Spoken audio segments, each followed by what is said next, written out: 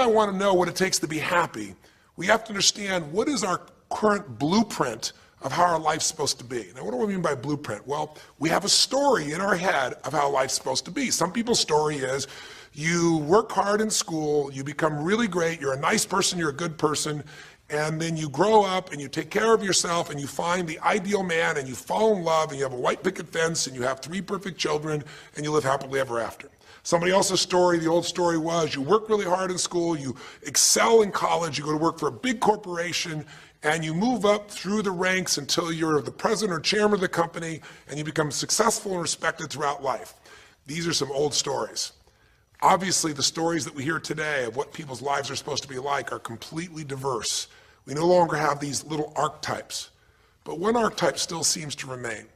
And that archetype is, in order for you to really feel like you're enough, many people believe they have to achieve an enormous amount.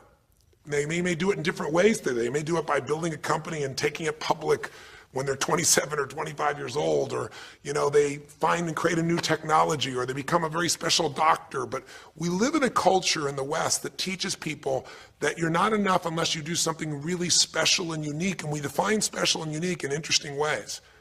A school teacher is not special and unique. A mother who stays home with her children day and night, sculpting their minds, their bodies, their souls, and their future is not special. We live in a world today where we treat teachers like they're nobody and pay them accordingly, and we wonder why our children seem to have challenges in learning and growing or being engaged in school. When we spend thousands of dollars on some item like a computer, but what we look at overall, we invest in for the teacher and for that person who's the personal connection with them is so small. We live in a society where many women look down and say, well, you're just a housewife, you're just a mother. See, some of the pain we have in our society is not because there's one right or one wrong approach, but because we try to make everybody fit into some particular approach to life. Here's what's going to make you happy or make you unhappy in life. It's real simple. Let's do a quick test. If you're in a situation right now where you look at your life, I know there's an area of your life that you probably feel pretty darn good about. Even if you're not happy with your finances, I bet you feel damn good close to your kids. Or if you're not close to your kids, maybe you don't have any kids, maybe you feel really good about your career. If you're doing not so good in your career, maybe you got a really great body that you've trimmed down or strengthened up, or you really shaped yourself the way you want, muscularly, or in the way you look. Or if that's not happening, maybe you feel a really special connection with God, or really close to your mother or father or your family, whatever. Almost everybody has an area of their life they feel really good about if they're honest, and if they're fair to themselves. What's an area of your life you really feel happy about? I want you to think about it for a moment, truthfully. What's an area in your life today that if you wanted to be happy about it, you really could feel proud about it? You could feel like it's an area you're doing darn well in. And if you're really hard on yourself, there's still an area. What's an area? I want you to think of it right now. And I want you to think of that area, whether it's your body or your finances or your career or your intimate relationship or your relationship with your kids or your relationship with your creator, whatever it is. I want you to think about, why are you happy with that area of your life right now today? Why are you happy with that area of your life right now today? Really think about it. If you were in a seminar with me, I'd have you write this down. And if you can put me on hold here for a second, because I'd like to reveal to you what the formula is for happiness. And if I say there's a formula for happiness and here's what it is, you're going to go, yeah, sure, that's what he says. But if you put down the answer and we can see the formula is real without me telling you what it is, you get to look at your own life and say it matches. You're going to know this is right. So you could stop this right now if you want, put me on hold, and just write down what's an area of your life you're really, really happy about, you're really pleased with, or you could be if you wanted to focus on it. And why are you happy with that part of your life right now? Even if you're not happy with everything, what's the area you're happy with and why? Put me on hold right now, or if you're not going to do that, just think for a moment. Why? Specifically, be real. Why?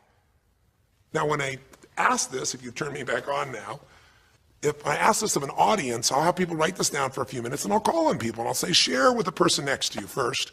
What are you happy about, and why are you happy in that area? And be specific. And after they share, I'll have people stand up, I'll call on a variety of people, and I say, ma'am, tell me, what are you happy about? And she'll say, well, honestly, I'm really happy with my body. She goes, I never thought I'd say that, but I used to be so unhappy with it, and I did some things, I pushed myself through, and now I exercise regularly, and I'm not perfect, but I feel fit, I feel strong, I feel energetic, and that's really, it just feels good to me. Now, I say to everybody, I'm now going to show you what the formula for happiness is. And it's real simple. I want to reveal it to you so you don't ever forget it. Whenever you're happy with an area of your life, it's because right now, your current life experience, I call it your LC, your life conditions, the conditions of your life conditions in that area match or are equal to your blueprint, your story, your belief about how life should be in that area. So this woman says to me, I'm really happy with my body because it's not perfect. Her blueprint is I don't need to be perfect, but it's so much better than it was. I'm fit and I'm strong and I have this energy. Her mental blueprint says I should be fit, strong, and have energy. I don't need to be perfect, but I should be that way. Well, when my life, my body matches how I think it should be, I feel good about my life. I'll ask somebody else. I'll say, tell me an area you're happy with. Someone else will say, well, I'm really happy with my career. And why? Well, I'm doing better than I even thought I would be. I mean, I'm ahead of the schedule of where I hoped I'd be at this stage. I'm working at this level in this company, and I have these skills and this ability, and it's even better than I thought.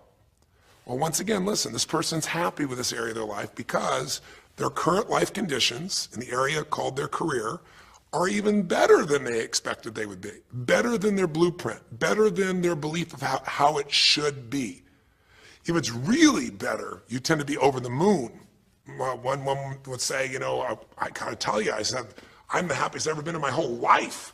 How come? She goes, because I have this man in my life and I'm in love with him and he loves me and I can be myself with him. And we have this incredible intimacy and this passion and we want to be with each other all the time and I never get bored with him. Well, what's her blueprint? You want to be with somebody that you can have total intimacy with, somebody who you love and loves you. Those are part of her rules, her beliefs of how it should be. She said, it needs to be, I never want to be with anybody else. I want to be with them every moment. Her blueprint about how life should be and the way she lives, her relationship's even better than she hoped. When it's better than you hope, you're going to be totally excited. So think about this then. What's an area you're not happy with? Let's see if we can find the formula for unhappiness. If the formula for happiness is to be able to meet your expectations or exceed them, that really makes you excited, but to be happy, you got to at least meet it. It doesn't have to be perfect. But if you generally are meeting what you expect you want from your life in that area, you feel good. Life conditions match blueprint, feel good. So what makes you feel bad? What creates pain, stress, frustration? Real easy way to figure it out. Answer this question. What's an area of your life you're not happy with? I mean, be honest with yourself. And even if your life is great in all kinds of ways, I'm sure there's an area you'd like to improve. Anybody who's honest, if they're doing great in their career, very often they don't take care of their body so much. If they're really focused on their body, very often they find themselves in a position where they're not spending enough time with their kids. Or if they're spending time with their kids, their intimate relationship's not doing so well. Because it's the nature of human beings to focus on areas they feel comfortable with and strong in and give those time. And the areas they don't feel so strong and they go, I don't have time for it. What they're really saying is, I don't feel very competent in that area. So what's an area of your life that you are not as happy with? I mean, it's healthy, honestly, to look at areas and say, I don't like it, I want more. This whole concept of a breakthrough is about how do I close the gap between where I am right now and where I want to be. That's what we're here to do. It's like, here's where I want to be, here's where I am. It's healthy to see there's a gap. That makes me have this hunger, this drive to grow, to feel alive, to expand as a human being. So what's an area you're not pleased with? Is it your body? Is it your finances? Is it your career? Is it your spiritual life or lack thereof in terms of feeling connected in that area? Is it your kids? Right? What's the area? What's the area that's not where you want it to be? And then answer for a moment, why aren't you happy with that area of your life right now? Why specifically today are you not happy with that area of your life at this stage of your time of your life? Again, you can stop this and write it down. Might be useful for you. Or if you're going to keep it running, you can stop it and you'll turn it right back on and I'll kick into it. Do that now. Or if you kept it running, then I'll give you what happens. I have people write this down and they don't like this exercise so much. Well, I don't like my body, or I don't like my finances, I don't like my career, I don't like the person I'm in a relationship with, I don't like myself the way I'm in relationships. Why? And they write it all down. Have people share back and forth. I call on people and the lesson's pretty clear. I tell people in advance, here's the formula for unhappiness. I'll show you before you do anything else. When your life conditions, the way you're living your life today, does not match, it doesn't equal your blueprint, your story of how it's supposed to be, then you're gonna have disappointment, frustration, or pain. If your life is way different than the way you think it's supposed to be, you can have enormous pain. If it's a little different, you might feel stressed. Make sense? So people stand up and they say, tell me, what's the area you're not happy with? And the person says, well, I'm really not happy with my finances. And I go, why? And they say, because I'm doing worse now than I was 5 years ago. I made mistakes in the market, and at this stage of my life, I should have this much money, and I don't have it, and I don't know how to change it, and it's making me crazy. And why are they crazy? You say, well, because they don't have their economic needs met. No, you can not have your economic needs met, and you can still be okay, but when you have an idea, this is what my need is, and I did the wrong thing, my life doesn't match how I'm supposed to be, that's when people get a little crazy. See, think about it. If you grew up taking care of folding your own clothes, making your own meals, going to the store, doing the grocery shopping, cleaning the bedroom, cleaning the house, vacuuming, taking out the trash, and you did that your whole life, then if you have to do that later on, you don't feel like you have economic pain because you don't have a maid. But if you grew up in an environment where everything was done for you, you never have to work, and now suddenly you have to work incredibly hard to just pay enough money to pay your bills, and all of a sudden food is building up and the house is dirty and your clothes aren't folded and nothing matches, you might find yourself really angry and frustrated because you have a different story about how life's supposed to be than how it is. Someone else will say, well, I'll tell you why, because I'm in a situation now where, I'm 30 pounds heavier than I should be. Should be is the key word. There are people in all cultures who love being big.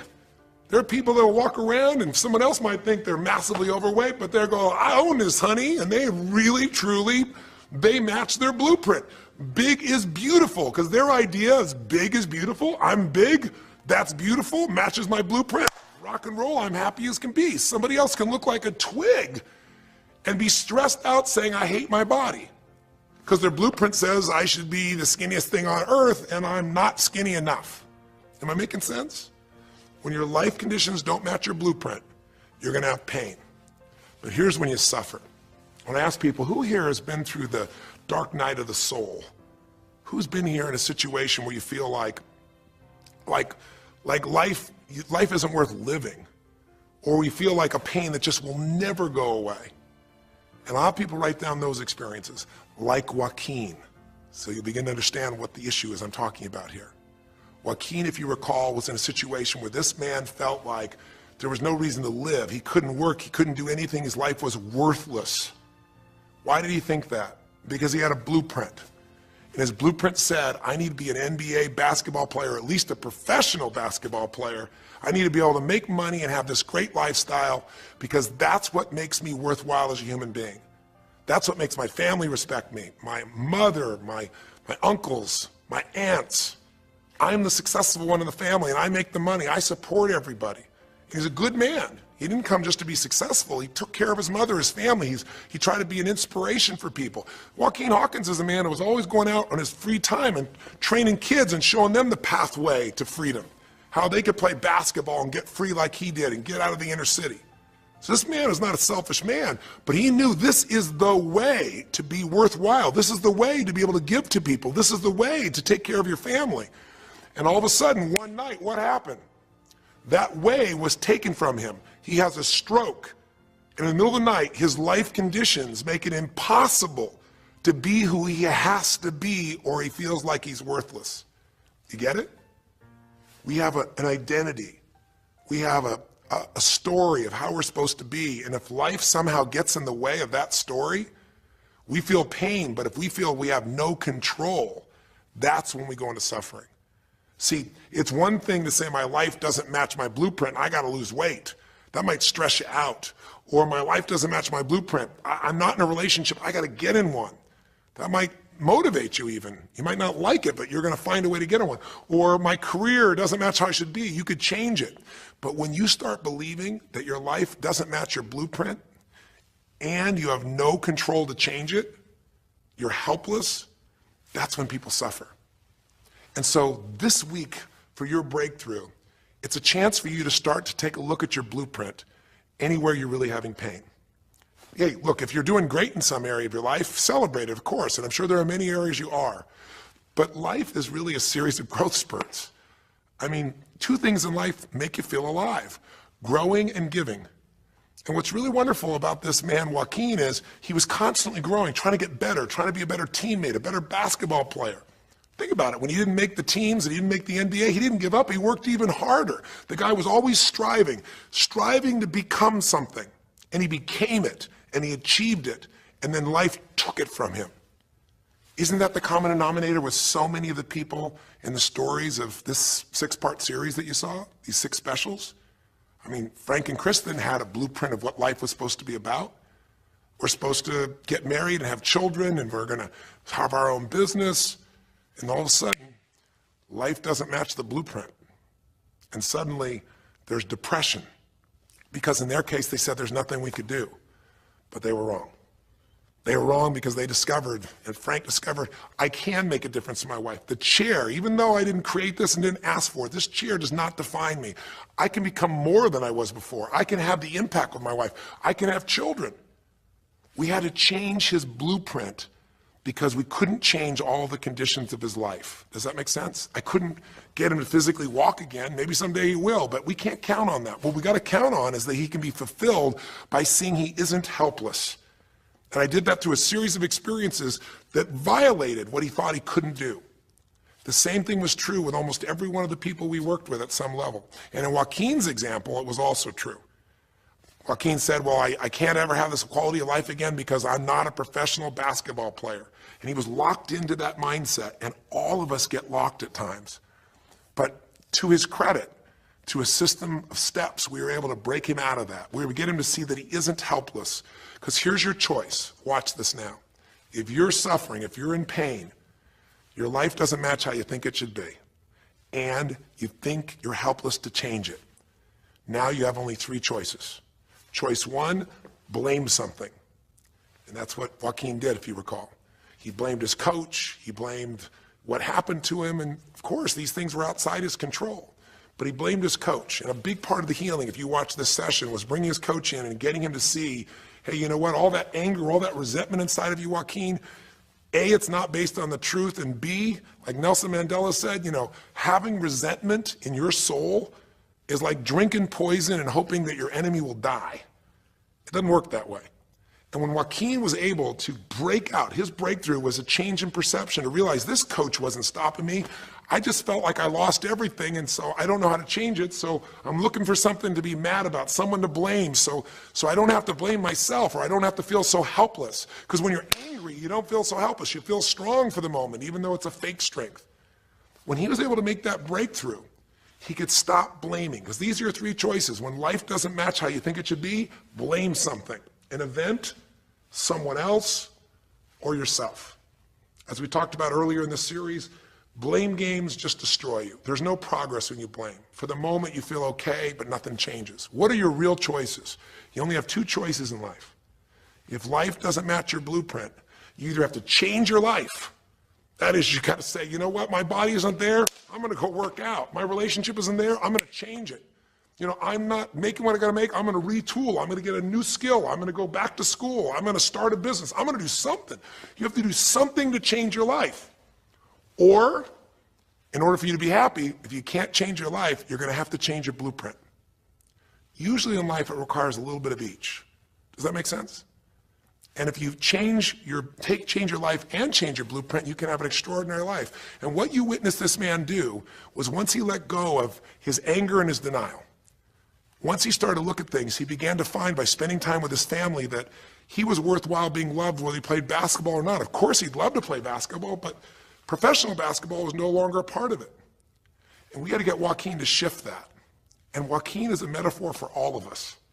Because all of us are going to have times in our life when what we want or think life should be like isn't going to match how life really is. Those moments, if we blame, our life goes into pain. If we change, we can change our life and match our blueprint. But we have to also know when it's not within our control. And that's how we're able to make a shift and change what our story is for our life, what our expectations are, not by lowering them, but by changing what that model really is. I hope this makes sense to you. I'll give you a great example. Years ago, I do a lot of work with business people, celebrities, people of all kinds of walks of life. And I was dealing with a group of people, and they knew a very, very powerful celebrity. And to give that person privacy, I won't tell you too many details, you can't figure out exactly who it is, but it would be a person who was very successful as a woman, who was extremely attractive by cultural standards, a woman who's had a lot of dear friends, a lot of deep respect, so great skill, great ability, extremely talented, quite attractive, quite wealthy in financial terms, and lots of great friends. This would be, for most people's idea, the ultimate blueprint. If your life matches that description, you must have an incredible life. But ironically, this particular individual, as famous as they were, was depressed all the time. They had seemingly everything, and yet the person was depressed. How do you get depressed when you're smart, and you're strong, and you're beautiful, and you got great friends, and you're rich, and you're famous? Well, it's real simple. People said, I don't know what it is. Everyone's tried to help her. She's been through counseling. She's got all these different drugs. Nothing's working. She's taking antidepressants and she's still depressed, which is not uncommon, by the way. Because if you change the way you feel physically, but you still see your life doesn't match how you think it should be at some level, and you feel like you're helpless to change it, you're going to be depressed. So I said, bring her to me. I said, I can help her. I know that sounds like hyperbole, but I absolutely can help her. Well, how do you know that, Tony? Because I already know what the problem is. I know if someone's depressed, it's because they feel helpless because their life doesn't match how they think it should be. I just don't know what her blueprint is, but we'll find out what it is, and we'll either help her change her life, or we'll help her change her blueprint, or both. Long story short, and very quickly, I'll tell you the core of it. She came to me and she spent maybe the first half an hour telling me, apologizing, saying, I know I should be happier. I know it's silly for me to be depressed. I don't know why I'm so depressed. I know I should be grateful for what I have, and I am grateful. And it was all these reasons why she knows she should feel good, but still didn't. And I tried to finally explain to her, listen, I don't care about that. I care about you. The fact that you're not happy has nothing to do with what you have or don't have. The fact that you're not happy is that your life doesn't match the way you think it should be. And you have some idea of how you think it should be. And worse, if you're this depressed after all this time, you feel like you can't do anything. You have no power to change it. You feel helpless. And she looked at me in a certain way, and I said, so what is that? What did you want your life to be like? She goes, well, it sounds stupid. I said, it's not going to sound stupid to me. She said, well, I don't know. I just always, since I was a little girl, dreamed that I would be married, and I would have 3 basically perfect children, and they would love me totally, and I loved my husband, he'd love me, and I said, okay, so how's that working for you so far? And she said, well, I think you know, because she's a pretty famous person. She said, I'm divorced twice, I have no children, and I'm now X age. And to give you a clue, that age would be an age where having a child, your own natural child at least, barring a medical miracle, is not going to happen. So I said to her, well, why don't you just adopt? She goes, no, that's not it.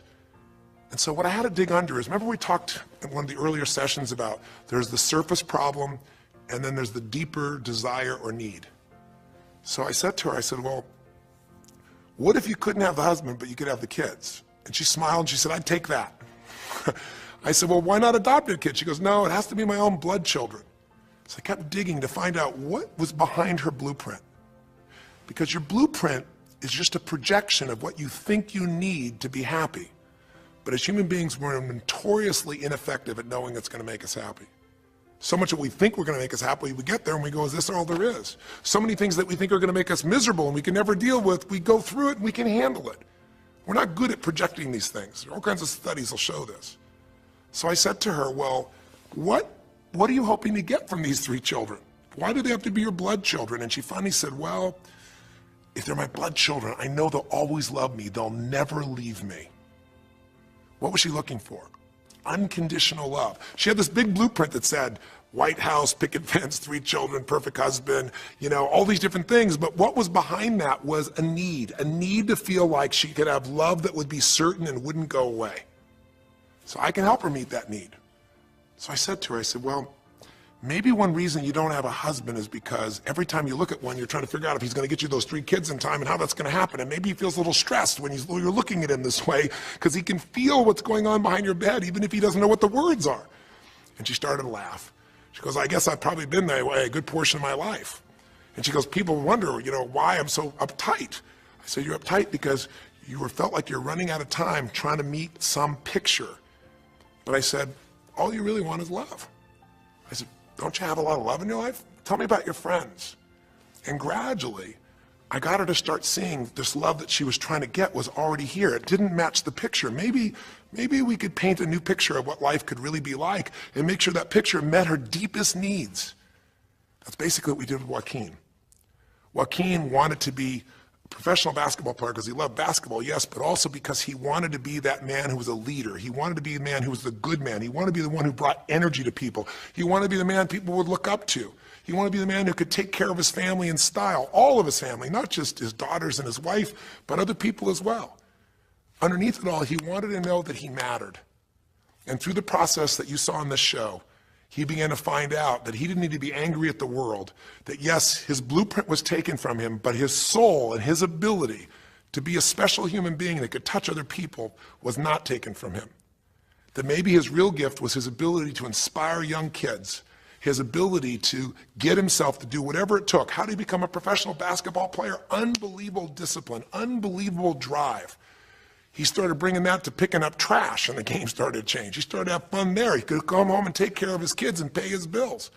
That doesn't solve everything, but it gives him a way to suddenly regain himself. When he sat around with all of his family, and you saw part of those scenes, and if you watch little areas of browsing this week, you'll see some more scenes from his family where you see him begin to realize they love me whether I'm rich or poor. They love me whether I'm a professional basketball player or not. They love me. That's what he was really after. And when he got that, it allowed him to let go and say, I can do other things. That doesn't mean he won't have challenges. We're all going to have challenges in our life. It doesn't mean that at times he won't wish he's doing more, but he's no longer stuck. He's broken through because he now knows I have control. I can change my life or I can change my blueprint. And when I do, I can fulfill it. I can start to feel that aliveness. Now here's the trap. What do you think happens once you fulfill your blueprint regularly? Once you figure out how to do what you always dreamed of? You always dreamed to live a certain way, and now you're living that way every day. Well, the human nervous system, the human spirit needs to grow. So pretty soon you'll get bored with that, and you'll come up with a new blueprint. That's part of life that's exciting. See, if you and I from this day forward are going to be happy, just remember what we've said. It takes two things: grow and give. A meaningful life comes from growing, that sense of progress, and it comes from having life not just be about me, but about we, doing something that makes me feel connected to other people besides myself. That growth, that sense of contribution fills a deep spiritual need that we all have. If you are unhappy in your life, you got three choices, really two. Blame, that's not a choice, it's not going to work. Don't blame someone else, don't blame the event, don't blame yourself. Just figure out what you're going to do to change your life. That's my specialty. If you like my coaching or my team's coaching, come visit with us. Come to an event. Come get a coach. Come through a program, and we'll guide you through it more than just a few minutes like this, and we'll do it directly, an environment that'll shift you. Or change your blueprint. You're going to have to rewire what's going on inside, and that's what we focus on as well. So I hope this journey has been an interesting one for you. I hope it's opened up your eyes to what it takes to go from where you are to where you want to be. It takes changing your emotional pattern. It takes bringing presence to your life. It takes realizing you have no problems compared to somebody else and putting your life in perspective. It takes the ability to deal with those extreme stresses that happen in your life by questioning your limiting beliefs. And again, we'd love to coach you and show you how to change those in a permanent way where it happens automatically, just like lifting weights so often until the muscle's always there and you find yourself able to follow through. It takes for you to be able to figure out how to deal with crisis and how to turn it around. It takes facing your fear. It takes pushing yourself through what used to stop you. It takes putting yourself in a position where you connect to what's more important than just yourself, what you value than just yourself. And it takes, I think in this case also, the ability to realize that no matter what happens to you, you're more than that moment. You're more than the story you think you're supposed to be. And that even when you're not matching what you think you need to be, maybe there's a reason for that. Maybe you're having to find a different part of yourself that's going to fulfill you at a much deeper level. Sometimes failing to get your goal gives you your destiny. I can't tell you how many people I've known over the years who had an idea of what they thought their life was supposed to be like, and they didn't achieve it, and they felt miserable and upset and frustrated, and one day an opening happened, and they went, oh my God, thank God that didn't happen. I think it's Garth Brooks had a great song, And it's a song about when he was in high school and he was in love with this girl, infatuated with her. And she didn't even know that he existed. And he prayed to God every day that she would notice him, that she would fall in love with him. And then sure enough, she never did. He was so disappointed. His blueprint didn't match. His life didn't match it because she didn't even know he existed. And he felt this suffering. He could do nothing to turn it around. Well, 15 years later, he became a guy named Garth Brooks, somebody everybody knew, and he could rock, stadiums with his energy and his song and his music. And he goes back to be at his high school reunion. I think it was his 15-year reunion, if I remember correctly. I don't remember the exact year, but all I remember is he said he saw that woman that he was so obsessed by. He was looking forward to seeing her. And now he was Garth Brooks, and he met her. And after he met her and spent some time with her, he wrote a song called Thank God for Unanswered Prayers. Sometimes not getting your blueprint's the best thing that ever happened, because the disappointment drives you to find something more important inside of you. Or not getting it makes you look for another aspect of your life, a spiritual aspect, a family aspect, a physical aspect. If you can just trust that life doesn't happen to you, it happens for you, then you can find in any situation a benefit that can take your life to the next level. I don't care if you're Frank and Kristen. I don't care if you're, Mandy and Scott. I don't care if you're Joaquin and Kim. Every one of us in our life is going to face situations where it feels like we have total trauma, something that's been taken from us. The real question is, what are you going to do with it? Some people just live in their story of what they don't have, and they have the right to do that. If Frank and Kristen lived in pain and felt bad, we'd all say they have the right to do it. It's the difference between what you have the right to do and what you deserve to give yourself and others. We have the ability to transcend whatever happens to us. There's something called post-traumatic growth. Very few people know about it. Two people go through the same stress, one's destroyed, the other grows. What's the difference? The people that grow will not give up. They don't have any excuses. They find the way to break through whatever it takes. And when they do, three things happen. Number one, they realize who they really are and what they're capable of. They realize they're so much stronger than they thought they were. And number two, they deepen all their relationships. You want to know who really cares about you, who you love and who loves you? Go through some tragedy, go through some hard times. All your Facebook friends go away. Your real friends, your real family shows up for you and you show up for them, and it deepens your relationships. And the third thing happens, if you can push yourself through and break through whatever challenges life gives you, is each time you have a breakthrough, you get stronger. And it almost like builds a psychological immunity in you, where suddenly, all of a sudden, it's like stuff happens, you know stuff's gonna happen, and you're not scared of it anymore. Because after you've been through a stroke, after you've been through, losing the use of some of your body, your senses, after you lose a family member, and you break through to that, you get to the other side, it's like, give me your best shot, life. It's almost like there's this psychological immunity that says, I'm ready for whatever life will give me. I don't want challenges, but if they're here, I know I can handle them. That strength of spirit is what creates a sense of freedom and joy in life. And that strength of spirit basically comes from living a life where you are constantly and never-ending flinging away to improve yourself and to help others. That's my mission, and if we can serve you again in the future, I hope you'll check us out.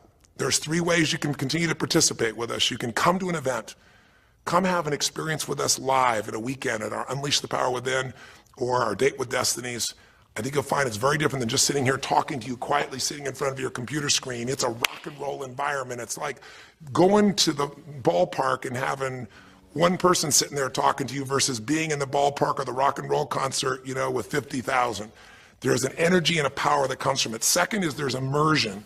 Here we talk for an hour, there's distractions and emails. There it's total focus, and we go for immersion where literally what we did here over 6 weeks, a few little conversations, all that happens over and over again, multiple times a day, and you get that shift. So come to an event or call up and get a coach. We have people that you can work with and have a free coaching session and make sure it's really valuable for you. But these are people that can check in with you to help make sure you break through, you make the changes you want to make in your career or your finances or your body or your emotions or whatever area matters to you. And finally, lastly, and probably most importantly, every day you got to feed your mind. Because every day most of us are turning on, some form of news. It shows up in our pocket, in our Blackberries or iPods or our iPhones, I should say. It shows up on your computer constantly. It chases us, and it rarely does a good idea interrupt you. really what you have to do is pursue the ideas, pursue the experiences that are going to change your life. And we have a way to do it called net time, no extra time.